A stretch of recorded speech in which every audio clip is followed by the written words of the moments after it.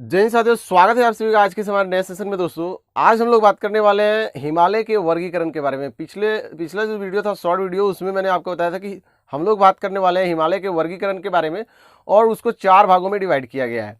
हिमालय के वर्गीकरण को 4 भागों में डिवाइड किया गया है, जिसको पहला बोला जाता है कश्मीर हिमालय, उसी को पंजाब हिमालय बोला जाता है। दूसरा अगर बात करें तो कुमाऊं हिमालय, तीसरा आपका आता है नेपाल हिमालय, और चौथा आता है असम हिमालय। तो चारों हिमालय के बारे में आज हम डिस्कस करने वाले पूरे विस्तृत रूप में। तो दोस्तों अगर आप हमारे चैनल पर नए हैं तो चैनल को सब्सक्राइब करके बेल आइकन दबाइएगा, ताकि ऐसी ऐसी इन्फॉर्मेटिव वीडियो आपको सबसे पहले जो है मिल सके। और दोस्तों के साथ शेयर जरूर कीजिएगा, इससे हमें मोटिवेशन मिलती है और हम आगे जो है खूब मेहनत करते हैं। तो चलिए दोस्तों शुरुआत करते हैं हम लोग हिमालय के वर्गीकरण के बारे में। तो सबसे पहले आपको बता दें कि जैसे मान के चलिए कि ये हिमालय वाला पार्ट है, तो सबसे पहले ऊपर वाला जो पार्ट आता है कश्मीर, तो इसी को कश्मीर हिमालय जो है दोस्तों वो बोला जाता है, कश्मीर हिमालय। कश्मीर हिमालय को ही दोस्तों पंजाब हिमालय भी बोला जाता है, इसी को पंजाब हिमालय जो बोला जाता है। तो ज़्यादा पंजाबी हिमालय लिखाता है, कश्मीर हिमालय लिखाता नहीं है। दूसरा आता है दोस्तों कुमाऊं हिमालय, तो कुमाऊं आप ऐसे भी लिख सकते हैं और यह भी लिख सकते हैं, कुमाऊं हिमालय। और तीसरा आपका आता है दोस्तों नेपाल हिमालय, और चौथा जो आता है आपका दोस्तों वो असम हिमालय।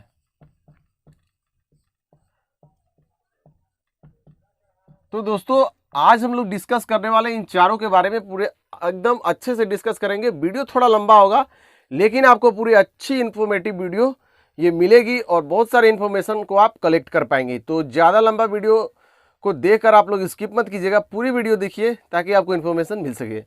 तो चलिए दोस्तों शुरुआत करते हैं हम लोग सबसे पहले पंजाब हिमालय, जिसको कि कश्मीर हिमालय बोला जाता है। तो यहाँ पर मैं लिख देता हूँ दोस्तों पंजाब हिमालय। सबसे पहले आपको बता दें दोस्तों, ये जो पंजाब हिमालय है, पंजाब हिमालय ये आपका सिंधु नदी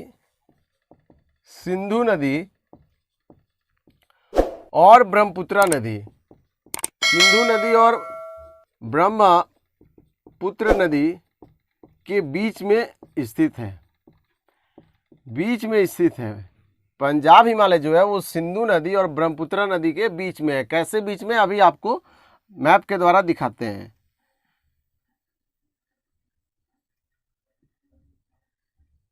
अगर दोस्तों ये मान के चलिए कि जम्मू कश्मीर वाला हिस्सा है, तो यहाँ से सिंधु नदी निकल करके इस प्रकार जो है वो बहती है, और यहीं से सतलुज नदी जो है वो इस प्रकार बहती है। यह है आपका सिंधु नदी और ये है सतलुज नदी। तो ये जो बीच का जो माउंटेन है, बीच का जो पूरा माउंटेन हिमालय का पार्ट, वो आपका आता है पंजाब हिमालय के अंतर्गत, जिसको जम्मू कश्मीर हिमालय भी बोला जाता है। तो अभी आप लोग समझ गए होंगे कि पंजाब हिमालय का हिस्सा कहाँ है। तो अगर बात करें तो पंजाब हिमालय जो आपका आता है, पंजाब हिमालय, वो किस किस क्षेत्र के अंतर्गत बसा हुआ है? जम्मू कश्मीर और हिमाचल प्रदेश में स्थित है। हिमाचल प्रदेश के अंतर्गत जो है वो आता है। याद रखेंगे कि पंजाब हिमालय जम्मू कश्मीर और हिमाचल प्रदेश राज्यों में जो है वो स्थित है। इन्हीं 2 स्टेटों में जो है इसका विस्तृत है। ये जो हिमालय है इन दोनों स्टेट में जो है वो विस्तृत है, फैला हुआ है, यहाँ तक फैला हुआ है, जम्मू कश्मीर और हिमाचल प्रदेश तक। तो इसको आप लोग याद रखिएगा। आगे हम लोग लंबाई और चौड़ाई के बारे में बात कर लेते हैं। तो अगर बात करें पंजाब हिमालय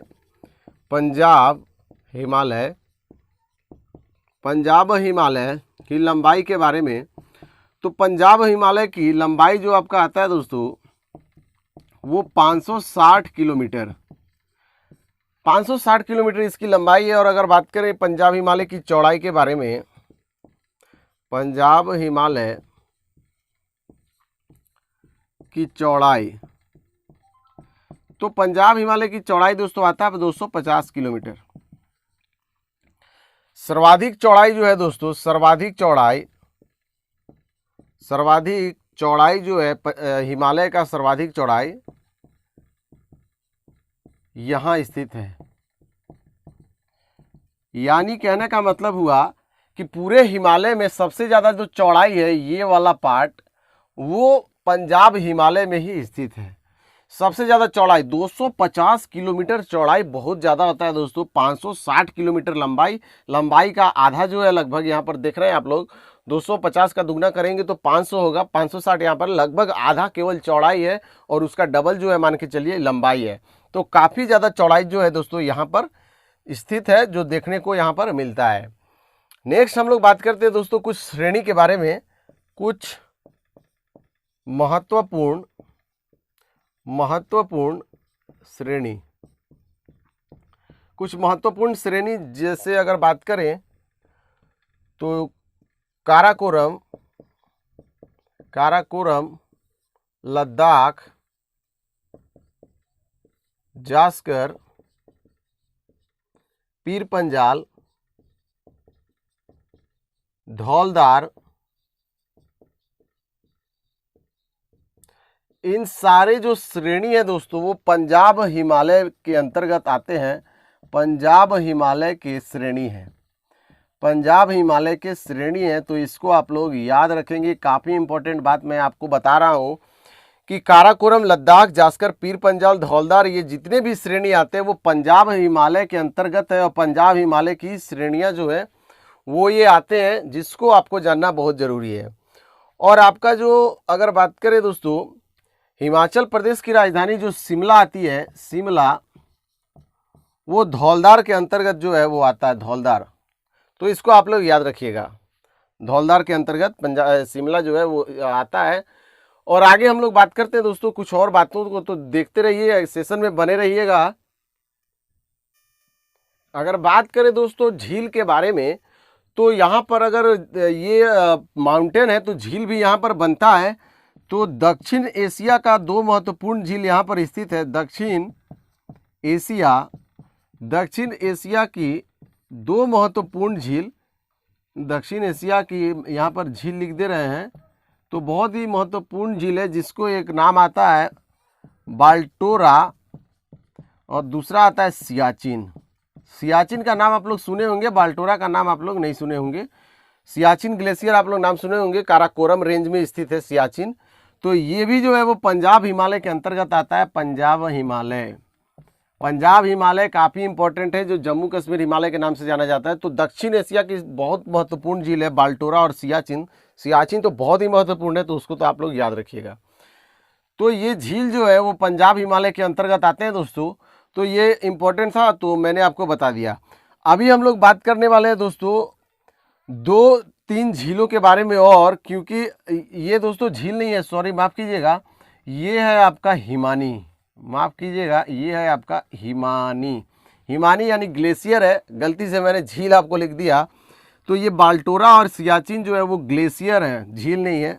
सॉरी, इसके लिए बहुत बहुत सॉरी, मिस्टेक हो गया मेरे से। तो दक्षिण एशिया की हिमानी सबसे बड़ी या महत्वपूर्ण, बड़ी तो नहीं बोलते लेकिन महत्वपूर्ण हिमानी जो आता है बाल्टोरा और सियाचिन, वो पंजाब हिमालय के अंतर्गत स्थित है। तो इसको आप लोग याद रखिएगा, दिमाग में रखिएगा। आपसे पूछा जाए कि सियाचिन ग्लेशियर कौन सी हिमालय के अंतर्गत आता है, पंजाब हिमालय, कुमाऊं हिमालय, नेपाल हिमालय, असम हिमालय, तो खट से टिक मारिएगा पंजाब हिमालय, कोई दिक्कत वाली बात नहीं है, इसलिए आपको याद करवाते हैं। अभी हम झील के बारे में बात करेंगे, यानी इस एरिया के अंतर्गत, इस क्षेत्र के अंतर्गत जितने भी पंजाब हिमालय के अंतर्गत जो हिमालय का पार्ट बसा हुआ है, उसके अंतर्गत तो कुछ से कुछ झील होते होंगे। और वो झील होते होंगे तो वो कौन सी झील है, और वो खारे पानी की झील है या फिर मीठे पानी की झील है, तो उसके बारे में अभी हम लोग डिस्कस करते हैं। इसको अभी इरेज करते हैं, उसके बाद हम लोग अभी बात करते हैं। तो चलिए दोस्तों, इरेज इसको कर दिया जाता है, और इरेज करने के बाद हम लोग अभी बात करते हैं झील के बारे में। वो झील के अंतर्गत झील बता रहा था, इसलिए मैंने वहाँ हिमानी की जगह पर झील लिखा गया था गलती से, उसके लिए बहुत सॉरी। तो अब हम लोग बात करते हैं पंजाब हिमालय के अंतर्गत जो झील आते हैं, पंजाब हिमालय के अंतर्गत झील। तो सबसे पहले हम लोग मीठे पानी की झील के बारे में बात कर लेते हैं। मीठे पानी की झील, तो मीठे पानी की झील आपका पहला आता है वुलर झील, जो भारत का सबसे मीठे पानी का झील है, वुलर झील, इसको आप लोग याद रखेंगे। भारत की सबसे मीठे पानी वाली झील जो है वो वुलर झील है, और तो वुलर झील इसी पंजाब हिमालय के अंतर्गत आता है। और दूसरा आपका आएगा दोस्तों, उसका नाम आता है डल झील, डल लेक, जो आपका श्रीनगर में स्थित है डल झील, जम्मू कश्मीर राज्य में आता है, राज्य अब तो नहीं रहा, अब तो यूनियन टेरिटरी हो गया है। तो वुलर झील और डल झील पंजाब हिमालय के अंतर्गत आते हैं, इसको आप लोग बहुत याद रखिएगा, बहुत ज़रूरी है। पंजाब हिमालय के अंतर्गत आते हैं। और अगर बात करें खारे पानी की झील, खारे पानी की झील, खारे पानी की झील दोस्तों आपका आता है, तो इसको आप लोग याद रखिएगा। इसके अंतर्गत भी दोस्तों 2 झील आते हैं जो कि खारे पानी की झील है, और उन झीलों का नाम है दोस्तों, सबसे पहला एक झील है तसो मोरारी, एक झील का नाम है दोस्तों तसो मोरारी। जैसे अगर यहाँ पर मैंने मीठे पानी का झील लिखा, उसी प्रकार खारे पानी का झील लिख रहा है, तो तसो मोरारी जो है वो एक झील है, आप नाम नहीं सुने होंगे। तो और एक झील का आप लोग नाम जरूर सुने होंगे जो कि खारा पानी का झील है, वो आता है पांगोंग तसो लेक, पांगोंग तसो लेक, पांगोंग तसो झील बोलते हैं, ऐसे पैंगोंग लेक के नाम से आप लोग इसको जानते होंगे। पैंगोंग याद कीजिए, जब भारत और चीन के बीच में, पैंगोंग के बीच में वहाँ पर विवाद चल रहा था बहुत, LAC के बीच में, वहाँ पर पैंगोंग लद्दाख में जो आता है पैंगोंग लेक, वो बहुत ही महत्वपूर्ण है। आर्थिक दृष्टि से अगर बात करें तो हमारे लिए वो ज़रूरी है सिक्योरिटी के मायने से, तो इसलिए भारत वहाँ पर अपना एरिया बताता है, चीन जो है अपना एरिया बताता है। तो पैंगोंग लेक का नाम आप लोग सुने होंगे, वो इसी हिमालय के अंतर्गत आता है जो कि पंजाब हिमालय का हिस्सा है। तो दोस्तों आप लोग याद रखिएगा कि मीठे पानी की वुलर झील और डल झील, और खारे पानी की तसो मोरारी और पैंगोंग तसो झील, ये आपके जो झील आते हैं वो पंजाब हिमालय के अंतर्गत आते हैं। तो पंजाब हिमालय से जुड़ी बातों को हम लोग देख लिए दोस्तों। अब हम लोग बात करेंगे कुमाऊं हिमालय, जो कि काफ़ी महत्वपूर्ण, ये भी आता है, महत्वपूर्ण सब है। सबसे पहले पंजाब हिमालय काफ़ी महत्वपूर्ण था। तो अब हम लोग बात करेंगे दोस्तों कुमाऊं हिमालय के बारे में, तो सेशन में बने रहिएगा। अगर आप यहाँ तक वीडियो देख लिए तो ज़रूर लाइक कर दीजिए और भाई को थोड़ा सपोर्ट कीजिए ताकि अच्छे अच्छे वीडियो जो है लेकर आ सके। तो चलिए दोस्तों इसको इरेज करते हैं और अब हम लोग बात करेंगे कुमाऊं हिमालय के बारे में। तो सबसे पहले यहाँ पर दोस्तों इरेज कर लिया जाता है यहाँ पर, और अब हम लोग बात करेंगे कुमाऊं हिमालय के बारे में। तो चलिए अब इसमें इंक भी डाल देते हैं ताकि आपको अच्छे से दिखेगा।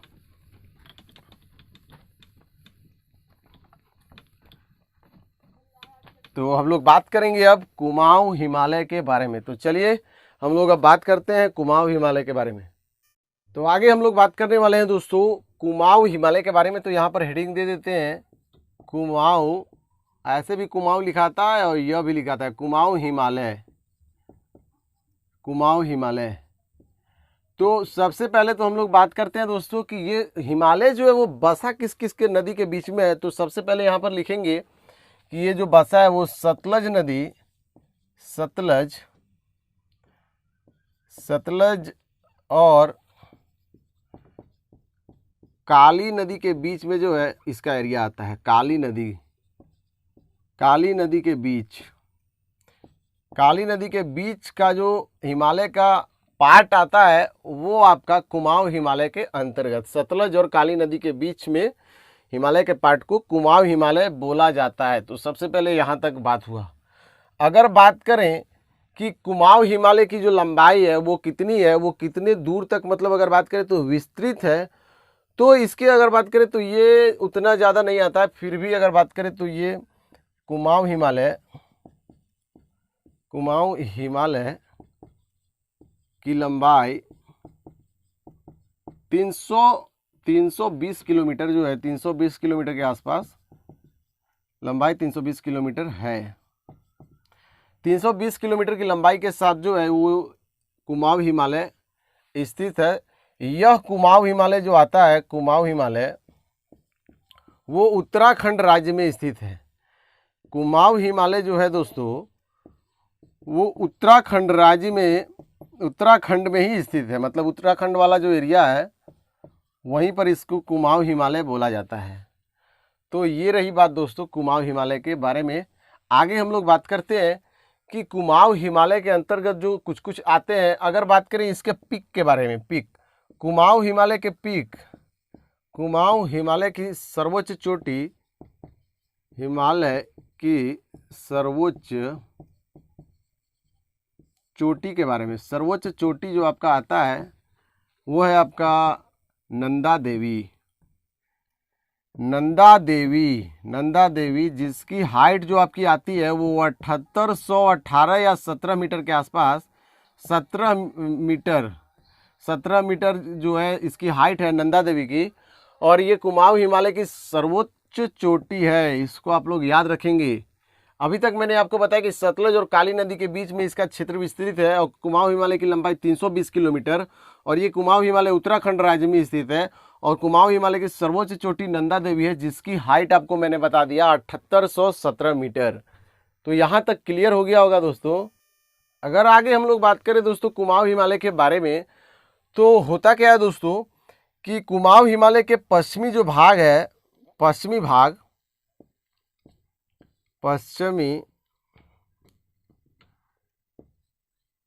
भाग जो है कुमाऊं हिमालय का, उसको गढ़वाल हिमालय बोला जाता है, गढ़वाल हिमालय। और इसका जो पूर्वी भाग है, पूर्वी भाग उसको बोला जाता है कुमाऊं हिमालय। कुमाऊं हिमालय जो है दोस्तों वो पूर्वी भाग है और पश्चिमी भाग जो है वो गढ़वाल हिमालय। तो इसको आप लोग याद रखेंगे कि कुमाऊं हिमालय का पश्चिमी भाग को क्या बोलते हैं, तो गढ़वाल हिमालय। जैसे आप लोग नाम सुने होंगे टिहरी गढ़वाल, तो ये गढ़वाल जो नाम आपका आया वो पश्चिमी हिमालय के अंतर्गत वाला क्षेत्र है, टिहरी गढ़वाल, जो उत्तराखंड में है लेकिन पश्चिमी हिमालय। टिहरी केवल नाम होता है, गढ़वाल इसलिए क्योंकि वो गढ़वाल हिमालय पश्चिमी वाले पार्ट में है, तो इसलिए इसको गढ़वाल, टिहरी गढ़वाल बोला जाता है। अगर बात करेंगे दोस्तों आगे हम लोग, तो कुछ जो अगर आपका घूमने लायक जो एरिया आते हैं जैसे केदारनाथ, बद्रीनाथ, गंगोत्री, ये सब जो क्षेत्र हैं वो आपका कुमाऊं हिमालय के अंतर्गत आते हैं। तो उसके बारे में अभी हम लोग चर्चा करते हैं। तो चलिए हम लोग बात करते हैं। तो हम लोग चोटी उसको बोल सकते हैं, जैसे कुमाऊं हिमालय के अंतर्गत महत्वपूर्ण चोटियां, जैसे महत्वपूर्ण, यहाँ पर लिखते हैं महत्वपूर्ण चोटियां। यहाँ पर जो चोटियां हैं दोस्तों, जैसे आपका केदारनाथ, तो केदारनाथ को तीर्थ यात्रा के लिए तीर्थ स्थल के नाम से जाना जाता है, तो वो एक चोटी है मान के चलिए। तो केदारनाथ, गंगोत्री और माना, त्रिशूल और भी कुछ आते हैं, वो सब नाम आते हैं। तो ये जो है महत्वपूर्ण चोटियां आते हैं, महत्वपूर्ण चोटियां वो कुमाऊं हिमालय के अंतर्गत आते हैं। कुमाऊं हिमालय के अंतर्गत ही जो है वो आते हैं ये केदारनाथ, गंगोत्री, माना, त्रिशूल और आगे 2-3 और नाम है। जैसे अगर बात करें तो नंदा देवी, कामेत, नंदा देवी कामेत यहाँ पर लिख देते हैं। नंदा देवी जैसे यहाँ पर लिखे सब सर्वोच्च चोटी नंदा देवी, तो नंदा देवी होगा ही, नंदा देवी, कामेत, ये सब जो चोटियां हैं वो कुमाऊं हिमालय के अंतर्गत आते हैं। तो डायरेक्टली आपसे पूछा जाएगा कि ये चोटी जो है वो किस हिमालय के अंतर्गत आता है, तो आप वहां पर डायरेक्टली फाइंड आउट कर सकते हैं और बता सकते हैं कि ये कौन से हिमालय के अंतर्गत आता है। और अगर बात करें कुमाऊं हिमालय के बारे में, तो ये काफ़ी चौड़ी है, काफ़ी चौड़ी नहीं, काफ़ी ऊंची है। अगर बात करें पंजाब हिमालय से काफ़ी ऊंची है, यानी ऊंचाई के मामले में बात करें तो कुमाऊं हिमालय पंजाब हिमालय से काफ़ी ऊंचा है। और वहाँ पर बताया गया मतलब पीक पॉइंट जो है वो ज़्यादा है, पीक पॉइंट यहाँ पर काफ़ी ज़्यादा है, चोटियाँ जो है यहाँ पर ज़्यादा है और उसके मुताबिक वो ज़्यादा ऊंचा है। क्योंकि दोस्तों उसमें हम लोग बात नहीं किए थे कि उसकी महत्वपूर्ण चोटियाँ कौन कौन है, उसके बारे में हम लोग श्रेणी के बारे में वहाँ पर बात किए थे कि ये काराकोरम श्रेणी, धौलदार श्रेणी, जितने भी श्रेणी है, पीर पंजाल श्रेणी, तो उसके बारे में हम लोग बात किए थे। लेकिन यहाँ पर चोटी के बारे में हम लोग बात किए, केदारनाथ, गंगोत्री, नागा, त्रिशूल, नंदा देवी, कामेत। अभी हम लोग बात करेंगे दोस्तों कि यहाँ पर जो आता है कुछ झील तो नहीं, लेकिन तालाब के रूप में, अगर बड़ी तालाबों के जैसे नैनीताल झील के ही रूप में माना जाता है, तो वो 2-3 झील के बारे में नाम जान लेते हैं कि ये कौन कौन से है और कहाँ पर ये जो है वो स्थित है। तो अगर इस क्षेत्र में झील के बारे में चर्चा करें तो यहाँ पर दोस्तों हम लोग को हिमाचल प्रदेश में हिमाचल प्रदेश या डायरेक्टली यहाँ पर हम लिख देते हैं कि नैनीताल के अंतर्गत नैनीताल झील का भी नाम है नैनीताल, सात ताल और एक आता है भूमिताल। ये 3 महत्वपूर्ण झील है इस हिमालय के अंतर्गत। कुमाऊं हिमालय के अंतर्गत 3 झील महत्वपूर्ण है जो नैनीताल, सात ताल, भूमिताल के रूप में जाना जाता है। तो आपसे पूछा जाए कि नैनीताल झील किस हिमालय के अंतर्गत आता है तो आप वहां पर डायरेक्टली बताइएगा, तो आप इसको याद रख लीजिएगा। पिछला जो हिमालय था जिसको कश्मीर हिमालय के नाम से जाना जाता है, तो उसमें भी आपको बताया कि उसके अंतर्गत 4 झील आते हैं और वो 2 खारे पानी और 2 आपका मीठे पानी की झील थी। तो उसके बारे में चर्चा किए थे। और अभी हम लोग केवल 3 झील, नैनीताल झील, सात ताल झील, भूमिताल झील। गंगा नदी का जो उद्गम स्थल है, गंगा नदी का उद्गम स्थल जो आता है जिसको हम लोग गंगोत्री बोलते हैं, और यमुना नदी का उद्गम भी स्थल जो है, उद्गम स्थल जिसको दोस्तों नाम जाना जाता है यमुनोत्री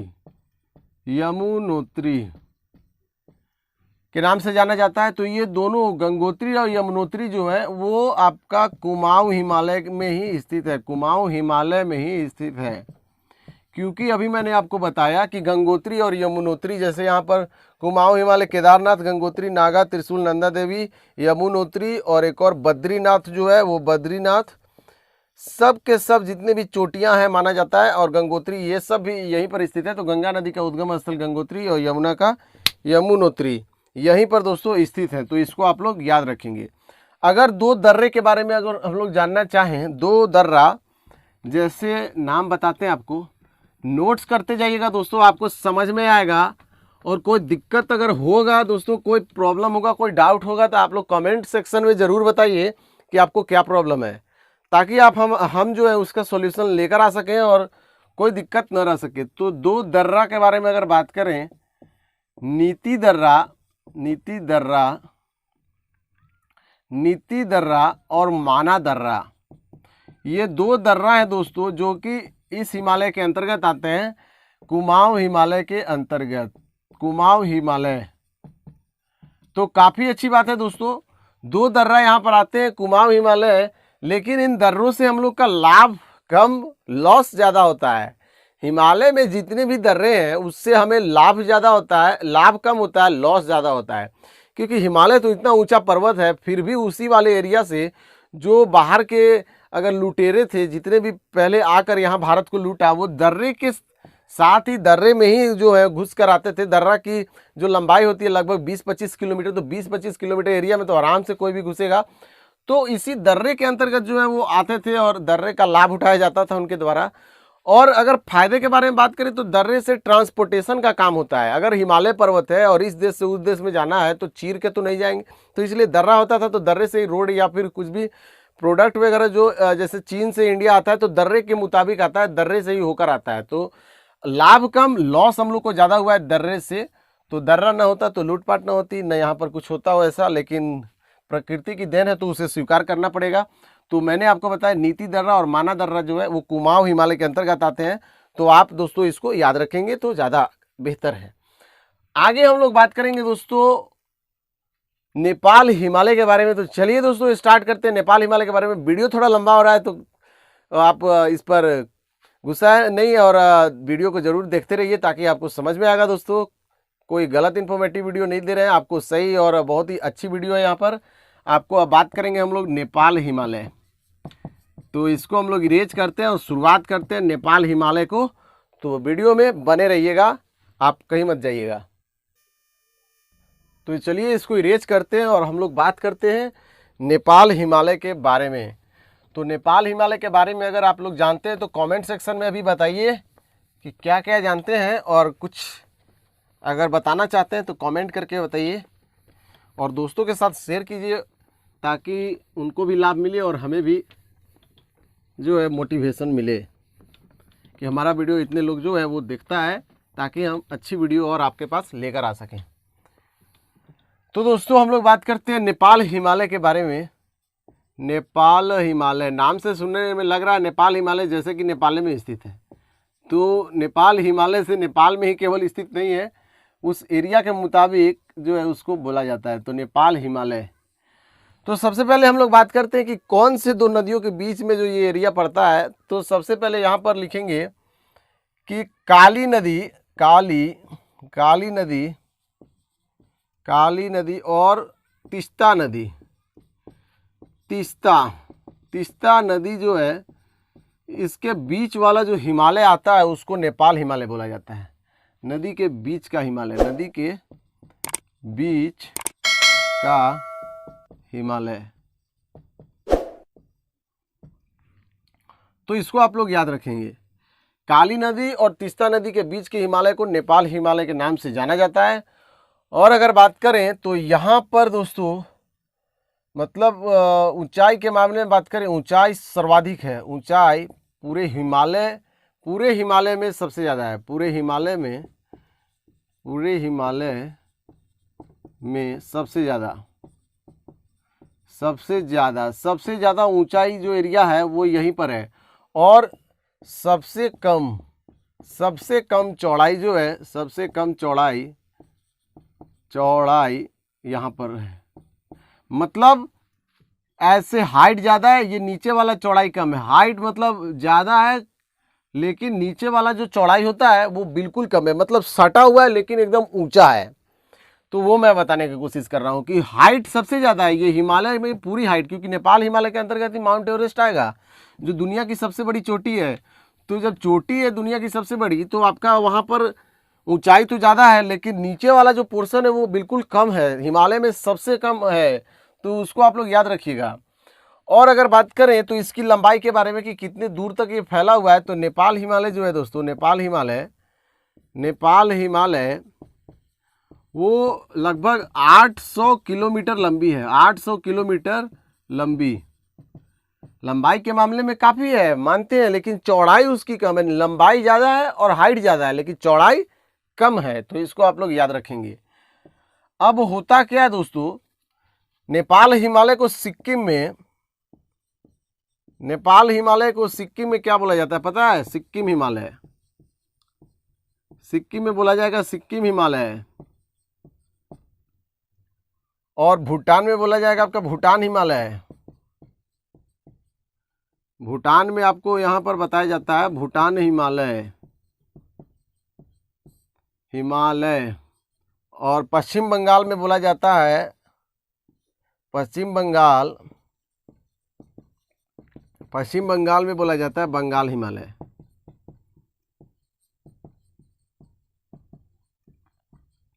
तो इसको आप लोग ध्यान में रखिएगा थोड़ा सा कि नेपाल हिमालय को सिक्किम में क्या बोला जाता है, सिक्किम हिमालय। पश्चिम बंगाल में बोला जाता है आपका, यहाँ पर मैंने पश्चिम बंगाल का लिख दिया है दोस्तों बंगाल हिमालय, लेकिन बंगाल हिमालय नहीं बोला जाता है। अगर बात करें तो इसको दार्जिलिंग हिमालय ठीक रहेगा। दार्जिलिंग हिमालय। और भूटान में मैंने आपको बताया कि भूटान हिमालय जो है इसको बोला जाता है। कहीं भी आपका एग्ज़ाम में, कोई भी एग्ज़ाम अगर आप देते हैं तो आपको अगर वहाँ पर एग्ज़ाम में पूछा जाए कि सिक्किम हिमालय जो है वो किस हिमालय के अंतर्गत आता है, तो नेपाल हिमालय जो है आपका सही उत्तर बिल्कुल होगा। तो इसको आप लोग याद रखिएगा। जैसे कि यहाँ पर लिखा हुआ है कि सिक्किम हिमालय, भूटान हिमालय, पश्चिम बंगाल। तो सिक्किम हिमालय, भूटान हिमालय, पश्चिम बंगाल यानी दार्जिलिंग हिमालय। तो सीधा सीधी सवाल हो सकता है ना कि दार्जिलिंग जो हिमालय है वो किस हिमालय के अंतर्गत आता है, तो नेपाल हिमालय। तो आपको वहाँ पर दिमाग थोड़ा सा काम नहीं करेगा, आप सोचेंगे कि ये दार्जिलिंग हिमालय है तो और हिमालय किसके अंतर्गत आएगा। तो सबसे पहले क्लासिफिकेशन को आप समझिए। सबसे पहले हम लोग बात किए थे कि श्रेणी के बारे में। हिमालय की 3 श्रेणियाँ, हिमाद्री जिसको कि बोला जाता है ग्रेट हिमालय, महान हिमालय, दूसरा लघु हिमालय या फिर आपका जो ये बीच वाला मध्य हिमालय, तीसरा शिवालिक श्रेणी या उप हिमालय। तो सबसे पहले हम लोग इसको डिवाइड किए थे श्रेणी के रूप में, और एक पीछे वाला यानी अगर ग्रेट हिमालय के पीछे वाला ट्रांस हिमालय, तो इसके बारे में हम लोग डिस्कस किए थे। लेकिन अभी जो हम लोग क्लासिफिकेशन कर रहे हैं वो जगह के मुताबिक है, स्थल के मुताबिक, कि इस वाले एरिया में इस हिमालय को बोलते हैं, इस वाले एरिया में हिमालय को ये बोलते हैं। जम्मू कश्मीर में जो हिमालय उसको पंजाब हिमालय बोलते हैं, और आपका उत्तराखंड में जो है उसको कुमाऊं हिमालय बोलते हैं। तो वो जगह के मुताबिक है। और यहाँ पर श्रेणी जो है वो आपका श्रेणी यानी माउंटेन के मुताबिक किया गया था कि ये ऊंचा है तो इसको वो बोल देते हैं, इसको ये ऐसे करके। तो दो तरीका से क्लासिफाइड किया गया इसको। तो आप लोग कभी भी जो है वो धोखा मत खाइएगा, मतलब आप लोग कभी भी मतलब डाउट मत कीजिएगा, कोई दिक्कत वाली बात नहीं है, बिल्कुल समझिए तो आपको बिल्कुल समझ में आएगा। अगर बात करें दोस्तों यहाँ की औसत हाइट, औसत जो यहाँ की हाइट है, औसत ऊंचाई जो आपका नेपाल हिमालय का आता है दोस्तों, वो आता है 6250 मीटर। काफ़ी अच्छी हाइट है, बहुत ज़्यादा हाइट है। 6250 मीटर ये औसत हाइट है। कुछ हाइट इससे कम है और कुछ हाइट इससे ज़्यादा है। और सबसे ज़्यादा बड़ी चोटी जो है यहाँ पर मिलेगी, जिसका नाम आता है माउंट एवरेस्ट। वो 8848 मीटर, 50 मीटर लिखा था, 48 मीटर। अभी हम लोग इसमें इंक डाल देते हैं और यहाँ की जितने भी महत्वपूर्ण चोटियाँ हैं, जितने भी चोटी आते हैं नेपाल हिमालय के अंदर, सबको अभी लिखेंगे और सबकी हाइट भी बताएंगे आपको। तो बने रहिए सेशन में दोस्तों। हम लोग बात कर लेते हैं पहले इंक डाल करके। तो चलिए दोस्तों, इसको हम लोग इरेज कर देते हैं और अभी हम लोग बात करेंगे कि जितने भी महत्वपूर्ण चोटियाँ इसके अंतर्गत आती है उसके बारे में। तो महत्वपूर्ण चोटियाँ या फिर बोले तो जितने भी चोटियाँ हैं उसके बारे में हम लोग बात करते हैं जो नेपाल हिमालय के अंतर्गत आता है। तो लिख देते हैं यहाँ पर दोस्तों, महत्वपूर्ण चोटियाँ।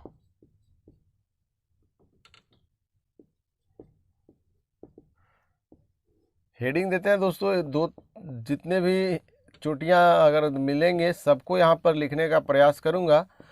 तो कोई दिक्कत वाली बात नहीं है, सबको डिस्कस करेंगे। तो सबसे पहले अगर हम लोग बात करें तो ऊंची चोटियाँ में लिख देता हूँ मैं अन्नपूर्णा, धौलागिरी, गोसाईथान। तो सबसे पहले लिखते हैं अन्नपूर्णा, धौलागिरी,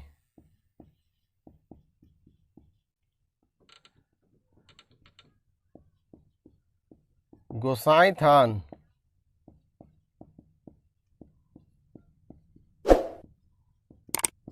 माउंट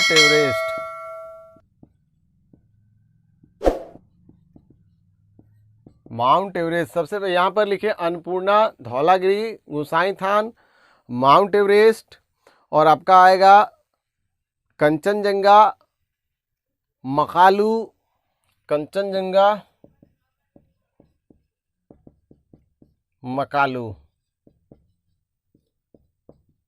ये कुछ महत्वपूर्ण चोटियां हैं जो कि नेपाल हिमालय के अंतर्गत दोस्तों देखने को मिलता है। तो चलिए अब हम लोग इसके हाइट के बारे में बात कर लेते हैं।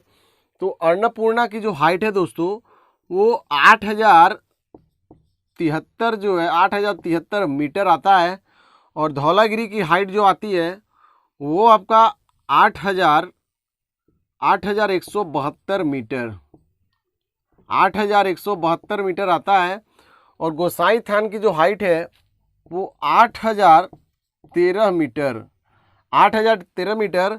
माउंट एवरेस्ट की हाइट तो आप सभी लोग जानते होंगे, 8848 मीटर। तो सबसे पहले बात की अन्नपूर्णा 8073 मीटर, उसके बाद धौलागिरी 8172 मीटर, और उसके बाद गोसाईथान 8013 मीटर। माउंट एवरेस्ट का हो गया दोस्तों 8848 मीटर। और अगर बात करें हम लोग कंचनजंगा के बारे में तो 8598 मीटर हम लोग जानते हैं इसका, 8598 मीटर। और लास्ट आपका आएगा दोस्तों मकालू, जिसका नाम है वो 8481 मीटर इसकी हाइट है, 8481 मीटर। तो ये थी महत्वपूर्ण चोटियाँ जो कि नेपाल हिमालय में स्थित हैं। तो नेपाल हिमालय में ही ये स्थित हैं, नेपाल हिमालय में। तो इसको आप लोग दोस्तों ज़रूर याद रखिएगा। तो आगे अब हम लोग देखते हैं दोस्तों और कौन कौन सी बात है जो कि अब हम लोग लास्ट जो आता है हिमालय का पार्ट वो आपका आएगा, जिसको अभी बात की असम हिमालय। तो असम हिमालय के बारे में चर्चा हम लोग करेंगे। आज नहीं कर पाएंगे, लंबा वीडियो हो जाएगा, बहुत ज़्यादा लंबा वीडियो हो जाएगा। तो अगले क्लास में हम लोग क्या क्या डिस्कस करने वाले हैं, असम हिमालय के बारे में डिस्कस करेंगे। उसके बाद अगर चर्चा करें हम लोग तो प्रायद्वीपीय पठार के बारे में चर्चा करेंगे दोस्तों। असम हिमालय, प्रायद्वीपीय पठार, और अगर बात करें अरावली श्रेणियाँ, यहाँ पर लिख देता हूँ अरावली श्रेणियाँ, असम हिमालय, प्रायद्वीपीय पठार, अरावली श्रेणियाँ, और कुछ और हम लोग बात करेंगे। यहाँ पर लिखते हैं विंध्याचल श्रेणी, विंध्याचल श्रेणी, सतपुड़ा श्रेणी। तो काफी महत्वपूर्ण कल जो है हमारा आएगा सेशन, बहुत ही इंपॉर्टेंट। तो याद रखिएगा, कल के सेशन में हम लोग असम हिमालय, प्रायद्वीपीय पठार, अरावली श्रेणियाँ, विंध्याचल श्रेणी, सतपुड़ा श्रेणी, इन सभी के बारे में डिस्कस करेंगे। काफ़ी मतलब विस्तृत रूप से आपको समझाने का प्रयास करेंगे। अगर दोस्तों आपको दिल से ये सेशन अच्छा लगा हो तो ज़रूर लाइक कीजिएगा, लाइक के बटन को प्रेस कर दीजिएगा, और अगर हमारे चैनल पर नए हैं तो चैनल को सब्सक्राइब करके बेल आइकन दबाइएगा। अगर आप ये वीडियो देखे हैं, अगर ये वीडियो आपको बिल्कुल समझ में आया होगा तो एक कमेंट जरूर कीजिएगा कि हाँ हम समझे, आपका पढ़ाने का तरीका अच्छा है। तो दोस्तों मिलते हैं अगले क्लास में एक नए टॉपिक के साथ। बहुत ही इंपॉर्टेंट टॉपिक है, सेशन को जुड़ना मत भूलिएगा, एकदम अच्छे से देखिएगा, कमेंट कीजिएगा। तो मिलते हैं अगले क्लास में, तब तक के लिए अपना ख्याल रखिए। Jai Hind, take care, good bye and have a nice day. Thank you.